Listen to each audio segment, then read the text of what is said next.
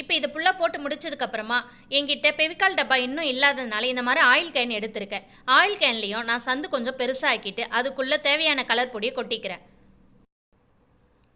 இப்போ கேன் இந்த மாதிரி மூடிட்டு அது சென்டரில் இந்த எல்லோ கலர் பொடியை அதில் ரவுண்டாக்கி விட்டுடுறேன். இப்போது வாட்டர் பாட்டில் மூடி ஒன்று எடுத்து இந்த மாதிரி லைட்டாக அதை அழுத்தி விட்டுக்கோங்க. இப்போ பாருங்கள், அது ஒரு டிசைன் ஆகிடுச்சு. இப்போது ஒரே சைஸில் ஒரு 11 பேங்கிள் எடுத்துக்கோங்க. உங்களுக்கு எத்தனை பேங்கிள் வேணுமோ நீங்கள் எடுத்துக்கோங்க.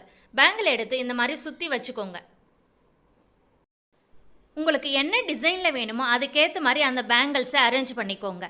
நான் ரவுண்டாக வச்சுருக்கேன். இப்போ நான் இதுக்குள்ளே டிசைன் போடுறதுக்காக ஒயிட் கலர் மாவை எடுத்திருக்கேன். ஒயிட் கலர் மாவையும் நான் இந்த மாதிரி ஒரு கேனில் கொட்டி எடுத்துக்கிறேன். இப்போ கேனில் இருக்கிற கோலமாவை எடுத்து அந்த பேங்கிள்ஸ்குள்ளே இந்த மாதிரி அழுத்தி விட்டுக்கிறேன்.